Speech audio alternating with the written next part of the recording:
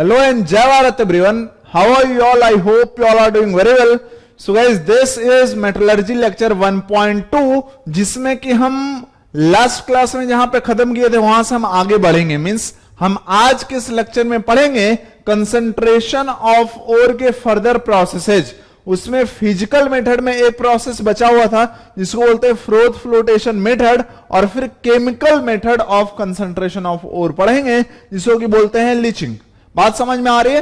तो पिछले लेक्चर में समझ ही गए होंगे कि हमने जैसे कंसंट्रेशन ऑफ ओर का मतलब क्या है। जो अपने को अर्थ क्रस्ट से ओर मिल रहा है वो प्योर ओर नहीं मिलता, उसके साथ कुछ सिलिशियस पार्टिकल्स होते हैं, सैंड के पार्टिकल्स होते हैं, तो जिसको कि हम गैंग पार्टिकल्स बोलते हैं ना, गैंग है ना, उनका अलग गैंग होता है। तो गैंग को अलग कर दो, गैंग को क्या करना है, अलग कर देना है किससे, ओर से। तो इस प्रोसेस को ही क्या बोलते हैं, कंसंट्रेशन ऑफ ओर बोलते हैं। और इसके लिए दो टाइप के मेथड्स होते हैं, physical methods and chemical methods. Physical method में हमने पढ़ा था ग्रेविटी सेपरेशन मेथड, जिसमें कि हमने दो मेथड पढ़ा था, hydraulic washing and विल्फी table method. दोनों का प्रिंसिपल याद रखना, वो इंपॉर्टेंट है, एनटीए भी पूछ सकता है क्योंकि वो थ्योरेटिकल क्वेश्चन पे अभी ज्यादा ध्यान दे रहा है थ्योरेटिकल वाले चैप्टर से। तो प्रिंसिपल क्या है उसका पूछ सकता है, ठीक है। बाकी प्रोसेस क्या होता है ये कोई पूछने वाला नहीं है तुम्हें जेईई नीट में। उसके बाद हमने पढ़ा था मैग्नेटिक सेपरेशन मेथड। तो मैग्नेटिक सेपरेशन मेथड में कहा था कि ओर और इंप्योरिटी में दोनों का मैग्नेटिक बिहेवियर अलग होना चाहिए। मतलब कोई एक मैग्नेटिक नेचर का है तो दूसरा क्या होना चाहिए, नॉन मैग्नेटिक नेचर का होना चाहिए। जैसे आयरन के ओर्स होते हैं मैग्नेटिक, उसके साथ मिलने वाली इंप्योरिटी क्या होती है, नॉन मैग्नेटिक। तो उसके कंसंट्रेशन के लिए हम क्या कर सकते हैं, मैग्नेटिक सेपरेशन मेथड यूज कर सकते हैं। अब जो थर्ड और मोस्ट इंपॉर्टेंट फिजिकल मेथड है to concentrate the ore, that is called froth flotation method. That is called froth flotation method. अब ये देखो बहुत लंबा चौड़ा मेथड है, लेकिन अगर मैं सिंपल शब्दों में कहूं कि तुम्हें जेईई और नीट के लिए क्या इंपॉर्टेंट है, तो इसमें बस एक लाइन इंपॉर्टेंट है, और वो क्वेश्चन कई बार पूछा गया है और आगे भी पूछा जाएगा। कि सबसे पहला क्वेश्चन ये पूछा जाता है कि फ्रोथ फ्लोटेशन मेथड किसके कंसंट्रेशन के लिए यूज होता है। तो नोट कर लो मेरी बातों को कि ये क्वेश्चन इंपॉर्टेंट है। नोट कर लो कि froth flotation method is used for the concentration of sulfide ores, for the concentration of sulfide ores। बात क्लियर, बात क्लियर, बिल्कुल। अब ये प्रोसेस क्या होता है, बेसिकली समझ ही रहे हो कि ओर और गैंग को क्या करना है, अलग करना है। अब इसका जो प्रिंसिपल है, ध्यान देना है, इसका जो प्रिंसिपल है कि ओर और इंप्योरिटी दोनों की जो वेटिंग टेंडेंसी है वो अलग है। मींस क्या, सल्फाइड ओर है, वेटिंग मतलब भींगना, समझते हो ना? हाँ सर समझते हैं। सल्फाइड ओर की टेंडेंसी होती है ऑयल के साथ भींग जाने की, है ना, मतलब वो ऑयल के साथ वेटेबल होता है। और सल्फाइड ओर्स के साथ जो इंप्योरिटी होती है वो होता है वेटेबल बाई वाटर, ठीक है। तो वो वाटर के साथ रहना चाहता है, जबकि जो सल्फाइड ओर है वो किससे वेटेबल है, ऑयल से वेटेबल है। तो जो फ्रोथ फ्लोटेशन मेथड का जो प्रिंसिपल है वो क्या है, वो है difference in wetting tendency of ore and impurities. अब इस चीज को, इसको तो तुम छोड़ दो, ठीक है, ये सारी चीजें बकवास है। अब तुम देखो जो प्यार से मैं बता रहा हूं तुमको दिख रहा ही है, मेरी गंदी राइटिंग का नोट्स है ना, उतना कौन लिखेगा ऐसे। हमने देखो कितना आलसी हूं मैं, है ना, लेकिन आलसी लोग काम भी तो अच्छे से करते हैं। देखो सबसे पहला इंपॉर्टेंट कि this method is used for sulphide ores, this is very very important. अब ये प्रोसेस क्या होता है, चाहो तो तुम याद कर सकते हो, बोर्ड में ये पूछा जाता है लेकिन जेईई नीट में नहीं पूछा जाएगा, ठीक है। मतलब प्रोसेस क्या होता है ये थोड़ी ना कोई पूछेगा यार, जो मेन क्वेश्चन है वो बता दिया, ठीक है। इसका मतलब ये नहीं है कि सर आगे बढ़ जाओ छोड़ दो इसको, है ना, ये नहीं करूंगा मैं। Froth flotation is a process of selectively separating hydrophobic material from hydrophilic material। Sir what is hydrophobic and what is hydrophilic? अरे यार मतलब फिलिक मतलब क्या होता है, फिलिक मतलब होता है लव, और फोबिक मतलब क्या होता है, हेट। तो हाइड्रोफिलिक मतलब जिसको वाटर से प्यार है, और हाइड्रोफोबिक मतलब जो वाटर को हेट करता है, बोलता है चले जाओ मेरी जिंदगी से, तुमने मेरी जिंदगी बर्बाद कर दी है, ठीक है। सरफेस केमिस्ट्री में पढ़ा भी होगा, है ना, वहां भी पढ़े थे हम लोग। बात समझ आता है? कोलोडियल सॉल्यूशन के टाइप्स पढ़े थे ना, बिल्कुल पढ़े थे, है ना, हाइड्रोफोबिक और हाइड्रोफिलिक पढ़े थे वहां भी, ठीक है। तो यहां भी बेसिकली क्या है, फ्रोथ फ्लोटेशन मेथड में एक जैसे अपना इंप्योरिटी है वो क्या हो गया, हाइड्रोफिलिक पार्टिकल हो गया, क्योंकि क्या है वो वेटेबल बाई ऑयल है, जबकि जो सल्फाइड ओर है वो क्या है, वेटेबल, सॉरी, जो अपना इंप्योरिटी है that is wettable by water, तो वो क्या हो गया, हाइड्रोफिलिक हो गया। जो सल्फाइड ओर है that is wettable by oil not by water, मतलब वो क्या हो गया, हाइड्रोफोबिक हो गया। तो इन दोनों को अलग करना है, इन दोनों का जो सेपरेशन का मेथड है that is called froth flotation method. और इसका जो प्रिंसिपल है बहुत ही सिंपल सा प्रिंसिपल है, अभी मैंने जैसा कि तुम्हें बताया भी कि वेटिंग ऑफ अ सब्सटेंस है ना, तो डिफरेंट इन वेटिंग क्वालिटीज कि और जो होता है बेसिकली क्या होता है, वेटेबल बाई ऑयल होता है और इंप्योरिटीज वेटेबल बाई वाटर होता है। नोट्स तुम बना सकते हो। अब यहां पे देखो पहले मैं सेटअप बता देता हूं ताकि तुम्हें चीजें समझ में आ जाए कि एक चीज तो देखो पॉइंट वाइज समझते चलना बात को। सबसे पहला पॉइंट क्या इंपॉर्टेंट, क्या इंपॉर्टेंट, अरे बोलने यार जल्दी बोल, क्या इंपॉर्टेंट कि फ्रोथ फ्लोटेशन मेथड किसके लिए यूज किया जाता है, तो सल्फाइड ओर के लिए यूज किया जाता है। इस टॉपिक का सबसे इंपॉर्टेंट क्वेश्चन यही है। अब हम आगे समझेंगे। अच्छा, अब नया क्वेश्चन नया एग्जामिनर होगा तो ऐसा भी बना सकता है ऑप्शन करेक्ट इनकरेक्ट में कि froth flotation method is a process to separate hydrophobic and hydrophilic particles. Correct कि इनकरेक्ट, तो करेक्ट। बात क्लियर, बात क्लियर। अब हम समझते हैं कि ये बेसिकली प्रोसेस में होता क्या है, वही it is called froth flotation method. Flotation का मतलब होता है तैरना, ये तो समझ में आता है, और फ्रोथ का मतलब मैं बता देता हूं, फ्रोथ का मतलब होता है बबल्स। फ्रोथ का मतलब क्या होता है, बबल्स, मतलब बबल तैरने वाला मेथड है ये। है नदी में बबल को छोड़ दोगे क्या, तैरेगा क्या, अरे नदी में नहीं तैरेगा, कंटेनर में तैरेगा। देखो इसमें बेसिकली करते क्या है कि एक हम लेते हैं बड़ा सा कंटेनर है ना, मतलब जितना तुम्हारे पास और है पाउडर्ड और उस हिसाब से ले लो।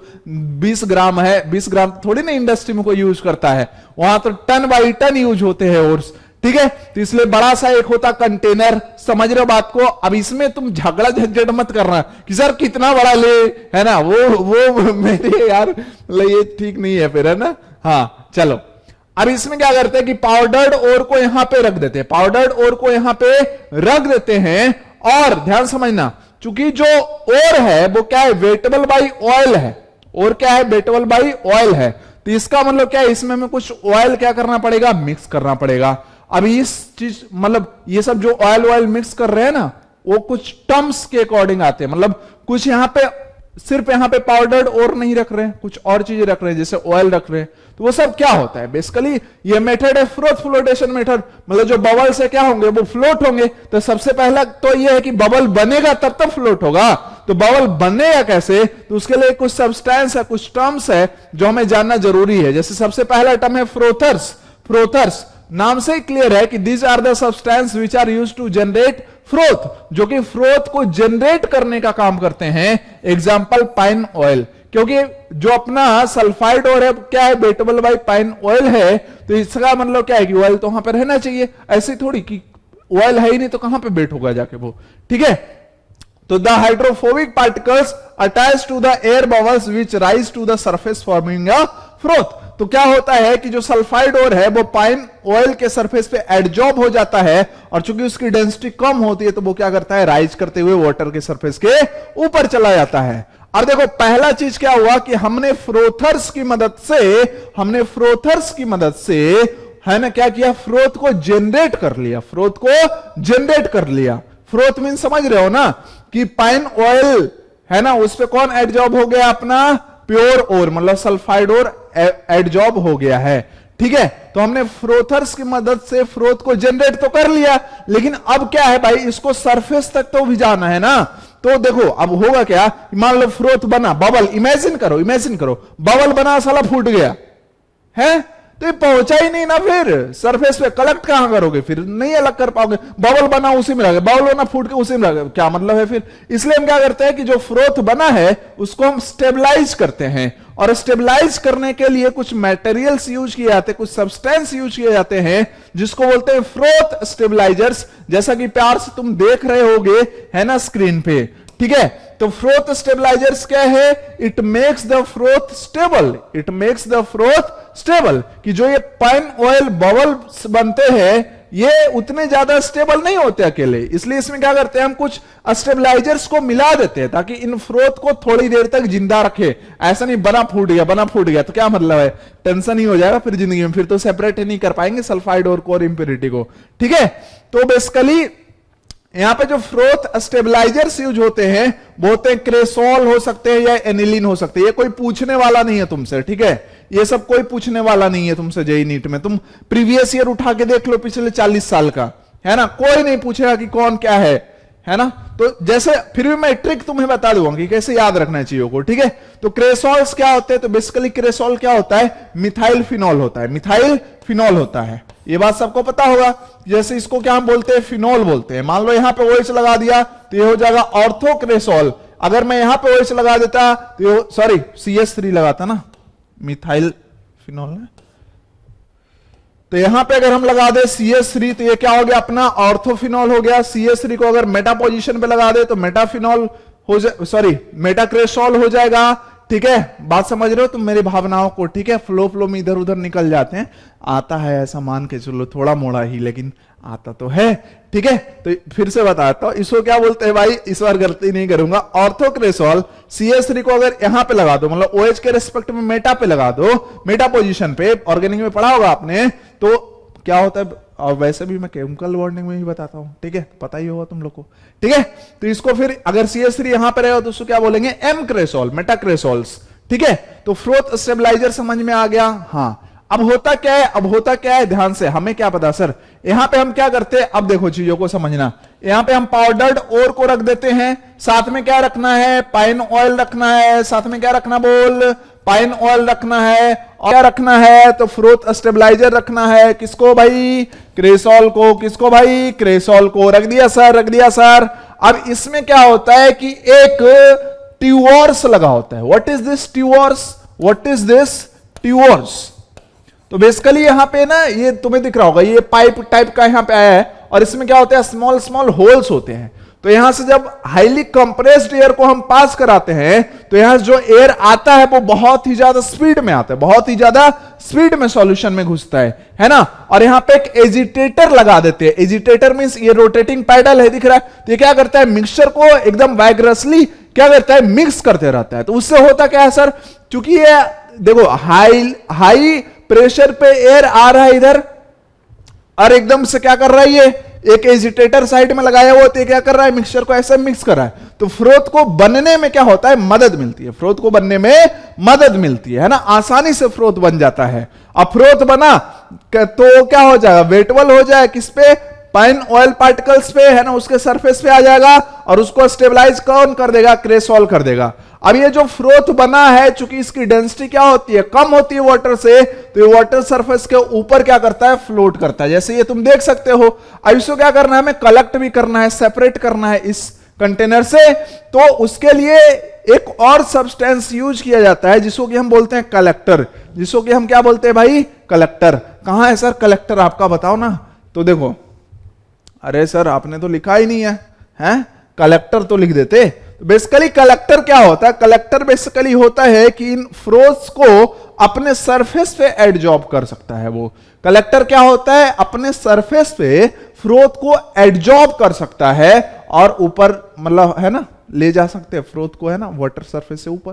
ठीक है, तो बेसिकली क्या होता है कि कलेक्टर जो अपना प्योर ओर है, मतलब सल्फाइड ओर है, इसके साथ फिजिकल बॉन्ड बनाएगा, है ना। फिजिकल बॉन्ड मींस क्या होता है, जैसे फिजिकल एडजॉर्प्शन पढ़ा था, वंडरवाल फोर्स से जुड़ जाएगा या तो केमिकल बॉन्ड से जुड़ जाएगा।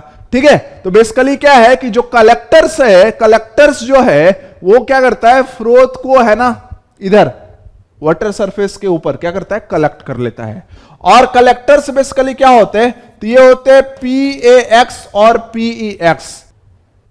PAX का मतलब है पोटेशियम अमाइल जैंथेट। जैंथेट सॉल्ट बहुत कॉम्प्लिकेटेड है, तो वो चीजें हमें क्या याद नहीं रखनी, वैसे भी नहीं पूछा जाता। अब ट्रिक बताता हूं इन तीन चीज की। हमने यहां पे तीन सब्सटेंस एक्स्ट्रा में यूज करे हैं, पाइन ऑयल, तो उसका काम क्या है, चूंकि जो अपना सल्फाइड ओर है वो वेटेबल बाई ऑयल है, इसका मतलब क्या है कि वो फ्रोथ बनाएगा, बनाने का काम आएगा, तो फ्रोथर से याद हो गया।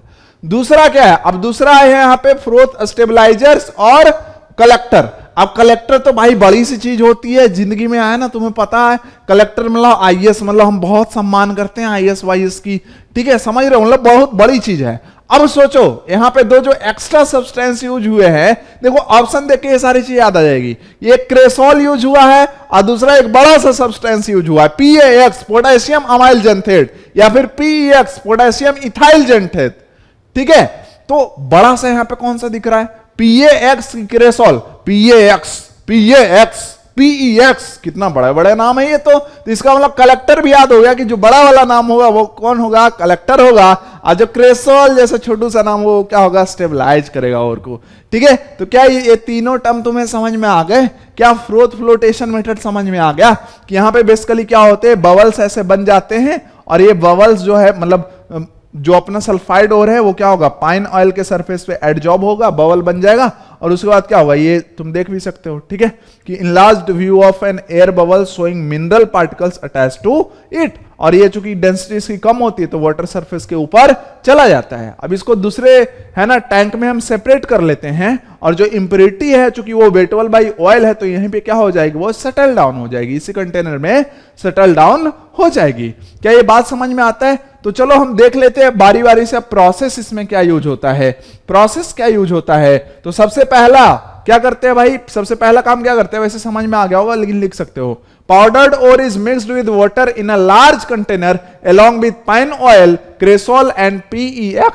सेकंड, अब उतना काम कर लिया, air at high pressure is passed through tuyeres which agitates the mixture vigorously and generate froths. Third, since ore particles are wettable by oil, these particles get adsorbed at the oil bubble and rises to the surface, क्योंकि उनकी density क्या है, कम है, and impurity settles at the bottom. Fourth, अब देखो क्या हुआ कि जो हमें फ्रोथ्स मिले हमने उसको कलेक्ट कर लिया अलग कंटेनर में, तो अब फ्रोथ पे देखो, बेसिकली फ्रोथ क्या है, फ्रोथ बेसिकली क्या है, पाइन ऑयल के सरफेस पे क्या है, अपना सल्फाइड ओर प्रेजेंट है। तो अब इसको हम क्या करते हैं, थोड़ा सा हीट कर देते हैं, क्यों, क्योंकि हमें पाइन ऑयल थोड़ी ना चाहिए, हमें तो सिर्फ सल्फाइड ओर चाहिए। तो हीट करते हैं तो क्या होता है, पाइन ऑयल जो है वो क्या है, वोलेटाइल है, मतलब वो वेपर में कन्वर्ट होकर उड़ जाता है, और जो सल्फाइड ओर है वो हमें क्या, प्योर ड्राई फॉर्म में मिल जाता है। तो इसलिए चौथा काम क्या करते हैं कि the ore particles along with the froth are removed and then ore is separated by heating. बात समझ में आ रहा है कि नहीं आ रहा है? आ रहा होगा। चलो इसको मैं एक वीडियो के माध्यम से समझाता हूं जितने इसमें प्रोसेस हो रहे हैं। तो ये बेसिकली क्या है, अपना method of concentration use exclusively for sulphide ore. Principle क्या है, फ्रोथ फ्लोटेशन का, difference in the wetting properties of ore. अब यहां पे ध्यान से देखना प्रोसेस को, है ना, यहां पे mixture of water and pine oil को रखा दिया गया है। यहां से क्या करते हैं हम, जो अपने को अर्थ क्रस्ट से ओर मिला है, एलोंग विथ क्या, एलोंग विथ इंप्योरिटी, यहां पे डालते हैं, देखो डाल दिया। अब कॉम्प्रेस्ड एयर पास कराते हैं और ये एजिटेटर को चालू कर देते हैं। इससे क्या होता है, ये घूमता है, फिर फ्रोथ क्या होता है, जनरेट होता है। फ्रोथ क्या होता है, जनरेट होता है। अभी देखो फ्रोथ जो जनरेट हो रहा है वो राइज कर रहा है ऊपर की तरफ, तुम ध्यान से देखना, थोड़ा राइज कर रहा है। अब एक हमने सेपरेट टैंक भी लगा दिया है ना उधर, तो ये जो आउटलेट है, चूंकि जो इंप्योरिटी है वो वेटेबल बाई ऑयल है, सॉरी वाटर है, तो ये क्या होगा, इस तरफ से मतलब इसी कंटेनर में रह जाएगा, बाहर खींच लेंगे, और जो अपना फ्रोथ बना उसको अलग कंटेनर में क्या करते हैं, सेपरेट कर लेते हैं, और फिर यहां पे आउटलेट लगा देते हैं, सल्फाइड ओर को इधर से देखो कलेक्ट कर लेंगे, सल्फाइड ओर इधर, और ये प्रोसेस कंटिन्यू करते रहेंगे। इधर तुम्हें फ्रोथ दिख रहा है ना, इधर फ्रोथ जा रहा है और फिर इधर कलेक्ट करते जा रहे हैं, ठीक है, बिल्कुल समझ में आ रहा है। और उसके बाद जो यहां पे कंटेनर में सल्फाइड ओर हमको मिलेगा उसको हम क्या करेंगे, हीट कर देंगे, तो पाइन ऑयल अलग हो जाएगा और सल्फाइड ओर अलग हो जाएगा। तो आई होप की चीजें समझ में आ गई होगी फ्रोथ फ्लोटेशन मेथड की। तो वापस से आ जाते हैं अपने डिस्कशन पे। अब ध्यान देना, कभी कभार जिंदगी में क्या होता है कि एक से ज्यादा सल्फाइड ओर प्रेजेंट होता है। जैसे तुम्हारे मिक्सचर में ZnS भी प्रेजेंट है और PbS भी प्रेजेंट है, मतलब अर्थ क्रस्ट से जो तुम्हें है ना ओर मिला उसमें एक सल्फाइड ओर नहीं, दो मेटल के सल्फाइड ओर है। जैसे जिंक का भी सल्फाइड है और लेड का भी सल्फाइड है, ZnS और PbS दोनों ही सल्फाइड ओर से। तो अब इसका अगर तुम कंसंट्रेशन करोगे, ध्यान समझना, हम किसी एक ही मेटल को एक्सट्रैक्ट करना चाह रहे हैं ना, मान लो हम जिंक को एक्सट्रैक्ट करना चाह रहे हैं या फिर हम पीवी को एक्सट्रैक्ट करना चाह रहे हैं, तो दूसरा जो सल्फाइड है वो तो हमारे लिए इंप्योरिटी है। बात समझ में आ रही है कि नहीं आ रही है? इसका मतलब अगर हम नॉर्मल है ना फ्रोथ फ्लोटेशन मेथड लगाएं तो जो ओर्स बनेंगे दोनों ही सल्फाइड ओर के बन जाएंगे, क्योंकि दोनों की प्रॉपर्टीज क्या है कि वेटेबल बाय ऑयल है। समझ रहे हो? तो जो फ्रोथ्स बनेंगे that will be the mixture of ZnS and PbS ores. तो फिर क्या फायदा हुआ? हमें तो सिर्फ जिंक को क्या करना है, एक्सट्रैक्ट करना है ना? तो फिर कैसे करेंगे सर, कैसे करेंगे? तो देखो इसके लिए क्या करते हैं, अब जब दो कंपटीशन में आ जाए और हमको बस एक ही चाहिए, हम कोई एक को सेलेक्ट करना है, तो क्या करते हैं इंडस्ट्रियली सोचना, एक को डिप्रेस कर देंगे, बोलेंगे तुमसे ना हो पाएगा। ठीक है, तो हम क्या करते हैं, यहां पे एक सब्सटेंस यूज करते हैं जिसको बोलते हैं डिप्रेसेंट। डिप्रेसेंट क्या करता है कि ये किसी एक और से रिएक्ट करके और इसको वाटर सॉल्युबल बना देता है। ध्यान से मेरी बात को समझ रहे हो कि नहीं? डिप्रेसेंट क्या करता है? डिप्रेसेंट क्या करता है, ये किसी एक सल्फाइड ओर से रिएक्ट करके इसको क्या कर दिया, इमेजिन करो वाटर सॉल्युबल कॉम्प्लेक्स बना दिया। तो क्या अब फ्रोथ बनने के लिए कौन अवेलेबल है? सिर्फ एक सल्फाइड ओर अवेलेबल होगा, है ना? इसलिए हम क्या करेंगे, उस सल्फाइड ओर के है ना फ्रोथ को कलेक्ट कर लेंगे पहले। ठीक है, और ये तो डिप्रेस हो चुका था, वाटर में सॉल्युबल है, मतलब उसी टैंक में नीचे ये रहेगा सॉल्युबल होके। बात समझ में आता है? तो जैसे ZnS और PbS है, साफ साफ ये सब लिख सकते हो तुम। ठीक है, लिख लो चलो यहां तक, फिर मैं बताऊंगा कि डिप्रेसेंट कैसे यूज करते हैं, कौन सा होता है। तो देखो जैसे यहां पे अब लिख लियोगे तुम, तो अब देखो यहां पे हम डिप्रेसेंट यूज कर रहे हैं। जैसे डिप्रेसेंट का एग्जांपल लिखें तो sodium cyanide NaCN, this is what, this is sodium cyanide, है ना? Cn माइनस है इसके साथ और Na प्लस है, तो सोडियम साइनाइड हो गया। तो बेसिकली क्या होता है, बेसिकली बहुत ही सिंपल सी बात होती है, हम NaCN को है ना ऐड कर देते हैं किसमें, ZnS और PbS दोनों ही मिला है तो उस मिक्सचर में। तब ये क्या करता है, ये बेचारा, दिल बेचारा है ना, डिप्रेसेंट का, सॉरी गलत डायरेक्शन में बढ़ गया, रियली सॉरी। ठीक है, NaCN प्लस ZnS, अब ये क्या करता है, ये जिंक सल्फाइड के साथ ना रिएक्ट करके और जिंक को एक सॉल्युबल कॉम्प्लेक्स की तरफ ले जाता है, जो कि कुछ ऐसा दिखता है। देखो Na2 ZnCN4, ये कॉम्प्लेक्स चाहो तो याद कर सकते हो, ऐसे कोई पूछने वाला इसको नहीं है।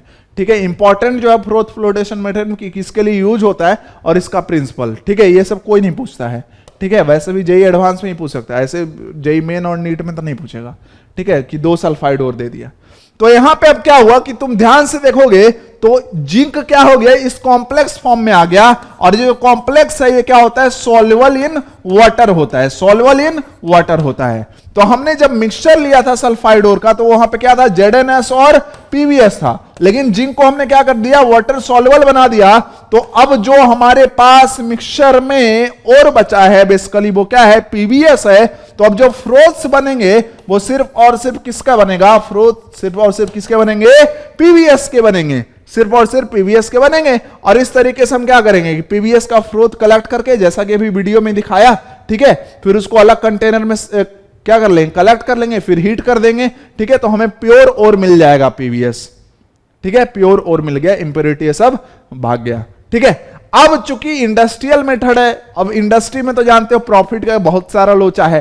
कहेगा लोग कि हाँ चलो मानते हैं कि हमको लेड चाहिए था, है ना, हमको लेड चाहिए था, लेकिन जब एक्स्ट्रा में जिंक मिल रहा है तो क्यों ना उसको भी एक्सट्रैक्ट कर ले। तो कहा कैसे, तो कहा कि देखो भैया, अभी हमने जिंक को क्या किया था, जब हमारे फायदे की बात आई थी, हमें जब क्या चाहिए था, सिर्फ लेड चाहिए था, तो लेड वाले और से मतलब PbS के लिए हमने क्या किया, ZnS को डिप्रेस कर दिया, बोला कि तुम फ्रोथ नहीं बना सकते, है ना, फ्रोथ तुम नहीं बना सकते। वो भी मान गया। कैसे मान गया, जब हमने क्या किया, मिक्सचर में NaCN ऐड कर दिया। तो NaCN किससे रिएक्ट कर रहा है, ZnS से रिएक्ट कर रहा है, PbS से रिएक्ट नहीं कर रहा है। तो ZnS से रिएक्ट कर रहा है, तो ये Na2 ZnCN4 बना दिया, सॉल्युबल कॉम्प्लेक्स बना दिया वाटर में। तो हमने PbS को तो चलो एक्सट्रैक्ट कर लिया है, मतलब क्या कर लिया, PbS को हमने, है ना, ऑब्टेन कर लिया।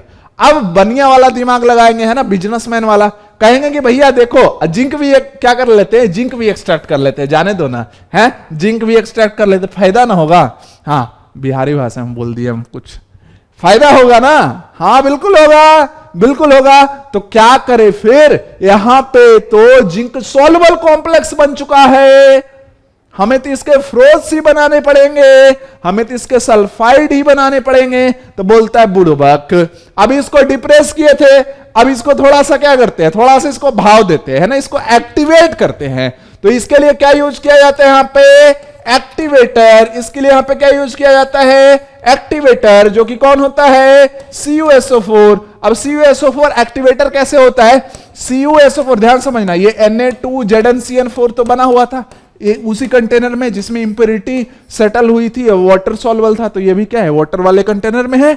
अब इसमें हम जैसे CuSO4 ऐड करते हैं ना, तो जो Cu है वो क्या करता है, Zn को रिप्लेस कर देता है इस कॉम्प्लेक्स में, मतलब कॉम्प्लेक्स में कौन आ जाता है, Cu आ जाता है, और यहां पे हमें फिर से क्या मिल जाता है, ZnS सल्फाइड और हमें मिल जाता है। अब सल्फाइड और मिल गया, PBS की तो कहानी पहले कर चुके थे, तो अब वापस इसका क्या करो, फ्रोथ बना लो, ठीक है। फिर से इसका भी तुम्हें क्या मिल जाएगा, हीट वीट करने के बाद ZnS तुम्हें प्योर फॉर्म में मिल जाएगा।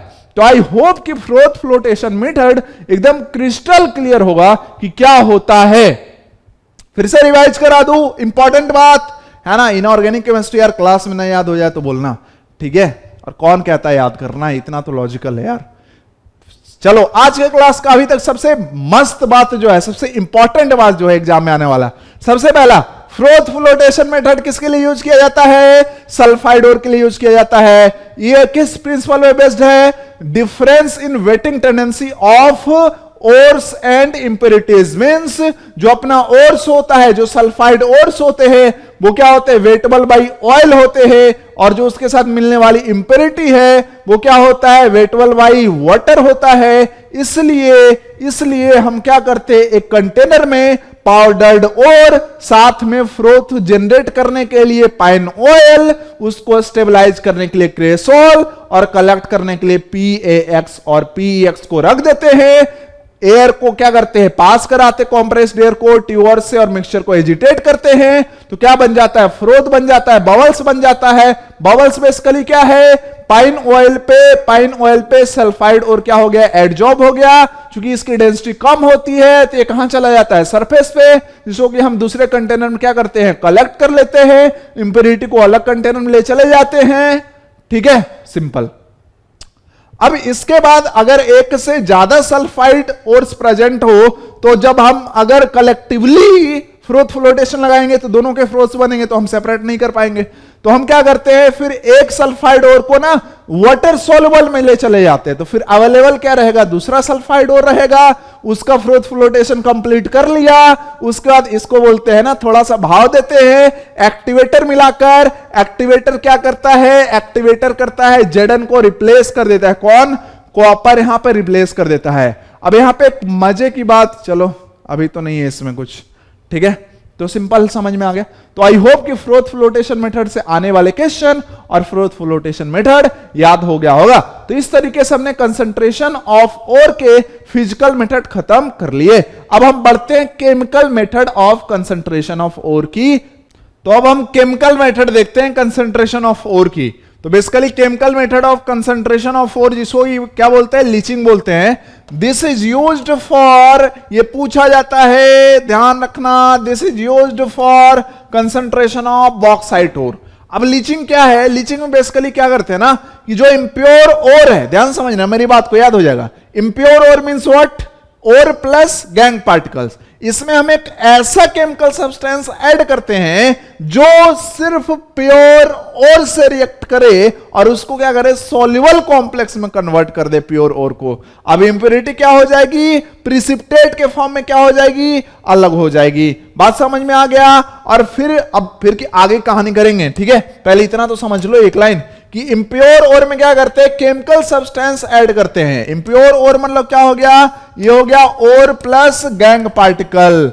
गैंग पार्टिकल जब हम ऐसा ऐड करते हैं तो जो केमिकल सब्सटेंस है ये क्या करता है, reacts only with pure ore, reacts only with pure ore. बात समझ में आ रहा है? हाँ। और क्या करता है, प्योर ओर को ये कहां ले चला जाता है, सॉल्युबल कंपाउंड में। कैसे, वो हम बताएंगे। अब जब सॉल्युबल कंपाउंड बन गया, जैसे हम ध्यान समझाना चाहते हैं, जैसे बॉक्साइट लिया, बॉक्साइट मतलब Al2O3.2H2O, ये क्या है अभी, इंप्योर है। ये क्या है अभी भाई, इंप्योर है। अब इसमें हम प्यार से ऐड करते हैं, प्यार से क्या ऐड करते हैं, हम इसमें प्यार से ऐड करते हैं NaOH। तो बेसिकली ये जो NaOH है वो क्या करता है, अपने प्योर ओर से रिएक्ट करता है और यहां पे एक सॉल्युबल कंपाउंड बनाता है NaAlO2, जिसको बोलते हैं सोडियम मेटा एल्यूमिनेट। क्या बोलते हैं, sodium Meta aluminate. Very very important, this section is very very important. Aluminate क्या सर, आप लिख भी नहीं रहे हो, ठीक है। और साथ में जो है वो वाटर रिएक्शन को तुम बैलेंस कर लेना है ना, उतना टाइम नहीं होता अपने पास।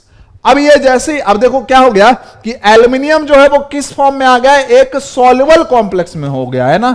This is what, this is soluble in NaOH, this is what, this is soluble in NaOH। बात क्लियर है, क्योंकि हमने NaOH लिया था तो ये क्या है, सॉल्युबल हो गया NaOH में, और जो इंप्योरिटी है प्रिसिपिटेट के फॉर्म में बाहर। लेकिन हमें तो क्या चाहिए भाई, इसका प्योर ऑक्साइड चाहिए, मतलब और क्या हमें चाहिए, यहां पे प्योर एल्यूमिना चाहिए, Al2O3 चाहिए। तो अब क्या करते हैं, NaAlO2 को एक्सेस ऑफ वाटर के साथ ट्रीट करते हैं। तो सर फिर क्या होता है, तो ये बनाता है यहां पे AlOH होल थ्राइस का एक व्हाइट जिलेटेनियस प्रिसिपिटेट बनाता है। व्हाइट जिलेटेनियस प्रिसिपिटेट साथ में क्या बन जाएगा, NaOH बन जाएगा। रिएक्शन को तुम बैलेंस कर सकते हो, कोई ये पूछने वाला नहीं है। अब ये जो अपने को तो सर AlOH होल थ्राइस नहीं चाहिए था, बिल्कुल सही बात है। इसको हम हीट कर देते हैं 1500 डिग्री सेल्सियस तक, तो यहां पे हमको क्या मिल जाता है, Al2O3, मतलब हमको मिल जाता है प्योर एल्यूमिना, है ना। तो प्योर एल्यूमिना मिल गया, तो आगे हम क्या कर सकते हैं, अब इससे हम रिडक्शन करवा लेंगे एल्यूमिनियम का, और ठीक है, कहानी हो जाएगा। अब इसमें इंपॉर्टेंट क्या है सर, इसमें लीचिंग में इंपॉर्टेंट क्या है, सबसे पहला इंपॉर्टेंट क्वेश्चन है कि leaching is used for concentration of bauxite ore. अब एग्जाम में क्या करता है, वो बोल देता है कि क्या leaching is used for extraction of aluminium, that is wrong. Extraction of aluminium means metal हमें मिल गया। क्या लीचिंग करने से क्या हमको एल्यूमिनियम मेटल मिला, नहीं, हमको क्या मिला, प्योर एल्यूमिना मिला। तो फर्स्ट क्वेश्चन नोट कर लो ये कॉपी में कि ये तुम्हें डिस्टर्ब कर सकता है ना, मतलब ये रॉन्ग और राइट वाले में पूछ सकता है। दूसरी बात, एक बार क्वेश्चन आया था जेईई मेन में, मैंने कराया भी था उस साल 2018 में आया था, और कई बार आया है। बोलता है कि एक अपना मेटल है जो कि क्या है NaOH में सॉल्युबल है, और उसका जो सॉल्युबल कॉम्प्लेक्स है, अगर उसको हम वाटर के साथ ट्रीट करें तो व्हाइट जिलेटेनियस प्रिसिपिटेट बनाता है। बताओ वो मेटल कौन है, वो मेटल एल्यूमिनियम होगा, है ना। इसको जब हम NaOH के साथ ट्रीट करते हैं तो NaAlO2 बनाता है, जो क्या है, सॉल्युबल कॉम्प्लेक्स है। और ध्यान समझना, इसको वाटर के साथ ट्रीट करने पे क्या बनाता है, व्हाइट जिलेटेनियस प्रिसिपिटेट बनाता है। और इस तरीके से हमको इंप्योर बॉक्साइट से प्योर एल्यूमिना और मिल जाता है। तो बात समझ में आया, जो मैं बात बोलते जा रहा हूं वो क्या करना है, कॉपी में नोट करना है। वो कॉपी में क्या करना है, नोट करना है, क्योंकि मैंने फर्स्ट क्लास में बोला था कि मेटलर्जी में 30 क्वेश्चन मैं ऐसे बता दूंगा जो कि जेईई मेन और नीट में आ जाएगा, उससे बाहर आने की संभावना 1% होगी, मतलब 99% ऐसे चांसेज है कि जो क्वेश्चन मैं लिखवा दे रहा हूं वही क्वेश्चन तुमसे एग्जैक्टली पूछा जाएगा। हर टॉपिक में क्या क्या पॉसिबिलिटी है, सारे क्वेश्चन मैं करवा दूंगा। बात समझ में आया? तो क्या हमने यहां तक बातें सीख ली, मतलब हमने कंसंट्रेशन ऑफ ओर सीख लिया, तो लीचिंग सीख लिया है ना, और सारे फिजिकल मेथड सीख लिए। तो इस तरीके से लेक्चर 1 अपना खत्म हो गया है ना। अभी हमारे पास ओर्स मिल गए हैं, अगले क्लास में हम पढ़ेंगे conversion of ores into oxide, और फिर ऑक्साइड से क्या करना है, रिडक्शन, फिर रिफाइनिंग। बस कहानी खत्म। तो चलो मिलते हैं अगले लेक्चर में। Thank you very much, love you all.